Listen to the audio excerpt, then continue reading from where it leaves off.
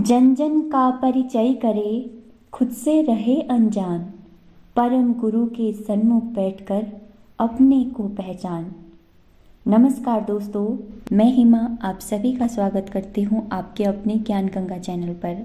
आज की वीडियो उन जिज्ञासु लोगों के लिए है जो खुद को जानना चाहते हैं कि हम कौन हैं, हम कहाँ से आए हैं और हमें कहाँ जाना है। तो यदि आप जिज्ञासु हैं तो ये वीडियो आपके लिए है। वीडियो में शुरू से अंत तक बने रहिएगा, तभी ये वीडियो आपको समझ में आएगी। तो आइए आज की वीडियो को शुरू करते हैं। देखिए, हम सभी जानते हैं कि गुरु कौन कहे जाते हैं, जो हमें भौतिक संसार का ज्ञान कराते हैं और बदले में हम उन्हें गुरु दक्षिणा देते हैं, तो वे गुरु की श्रेणी में आते हैं। दूसरा, जो हमें लोक और परलोक का ज्ञान कराते हैं, वे सद्गुरु कहलाते हैं। अब तीसरा है परम गुरु। वो केवल एक ही है जो हमारे अंदर ही बैठा है। इसीलिए हमें परमात्मा के साथ आत्मा का साक्षात्कार करने के लिए अंतर्मुखी होना पड़ेगा। हमें अंतर्मुखी होकर अपने परम गुरु से पूछना पड़ेगा कि मैं कौन हूँ, मैं कहाँ से आया हूँ और मैंने कहाँ जाना है। दोस्तों, जितने भी संत महात्मा एवं सद्गुरु को हमने जाना सुना है, वे सभी एक ही बात कहते हैं कि ये संसार एक कर्म भूमि है और कर्मों के आधार पर ही हमारे आगे की गति निश्चित होती है। इसीलिए इस संसार में जो भी हमारे रिश्ते नाते हैं, वे न तो सत्य हैं और न ही झूठ। सत्य इसलिए नहीं क्योंकि एक दिन सभी को एक दूसरे से बिछड़ना है, और झूठ इसलिए नहीं क्योंकि ये संसार एक रंगमंच है और प्रत्येक प्राणी की अपनी एक फिल्म है। जैसे फिल्म एक नाटक होकर भी दर्शकों को सच्ची प्रतीत होती है, वैसे ही जब तक मनुष्य माया के अधीन है तब तक उसे सब कुछ सत्य प्रतीत होता है। परंतु ज्ञान हो जाने पर वो समझ जाता है कि यह संसार एक नाटकीय रंगमंच है और हमें इस नाटकीय मंच में अपना रोल चुनने की पूर्ण आज़ादी है। आप हीरो बनना चाहते हैं या विलेन, ये आप पर ही निर्भर करता है। आप स्वतंत्र हैं, अजर हैं, अमर हैं, अविनाशी हैं, निर्गुण निराकार हैं। आप ही परमात्मा स्वरूप आत्मा हैं। ये भौतिक शरीर नश्वर है जिसे यहीं पर नष्ट होना है।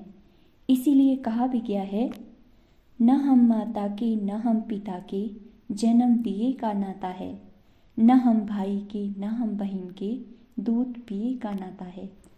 तो ये आत्मा क्या है, इसे समझने के लिए, इसे जानने के लिए आइए हम एक प्रयोग करते हैं। दोस्तों, आप सभी ने माचिस की डिब्बी और उसकी तिल्लियाँ देखी होंगी, जो एक भौतिक सामान है। जब हम माचिस की तिल्ली को माचिस की डिब्बी के मसाले से टकराते हैं तो वो जल उठती है। अब आप विचार करो कि वह आग कहाँ से आई और बुझते ही कहाँ चली गई। ये आग की चिंगारी न तो आते हुए दिखती है और न जाते हुए दिखती है, और आने के बाद उसे जितना अधिक ईंधन मिलता है वो उतना ही बड़ा रूप ले लेती है, और ईंधन समाप्त होते ही वो गायब हो जाती है। और इसे प्रकट करने का कोई निश्चित स्थान नहीं है, आप जहाँ भी चाहें वहाँ आग जला सकते हैं। तो ठीक उसी प्रकार ईश्वर भी इस सृष्टि के कण कण में समाया हुआ है। त्रिलोकीनाथ शिवजी उमा से कहते हैं, हरि सर्वज्ञ सर्वत्र समाना, प्रेम ते प्रगट हो ही में जाना। दोस्तों, जिस प्रकार दो पत्थरों के आपस में टकराने से एक चिंगारी उत्पन्न होती है, जबकि दोनों पत्थर जड़ और निर्जीव हैं, उसी प्रकार दो नश्वर शरीरों के मिलने से जीव की उत्पत्ति होती है। हर एक जीव में वही परमात्मा स्वरूप आत्मा वास करती है। यह नश्वर शरीर चींटी का हो या हाथी का, आत्म तत्व दोनों में समान है, एक चिंगारी की तरह। इसीलिए शरीर और आत्मा का एक दूसरे के लिए बराबर महत्व है। दोनों एक दूसरे के बिना महत्वहीन हैं, और सबसे बड़ा महत्व तो उस परम शक्ति का है जिसे हम परमात्मा कहते हैं। चलिए हम एक उदाहरण से समझते हैं। जैसे वो परम शक्ति एक कुम्हार है, वो एक मिट्टी का घड़ा बनाता है और एक मिट्टी का कप बनाता है। अब यदि घड़ा कहता है मैं घड़ा हूँ और कप कहता है मैं कप हूँ, तो समझ लो उन्हें स्वयं का ज्ञान नहीं है। यदि कप और घड़ा दोनों ही ये कहते हैं कि हम तो मिट्टी से बने हैं, हम तो मिट्टी ही हैं, तो समझो कि उन्हें स्वयं का ज्ञान है।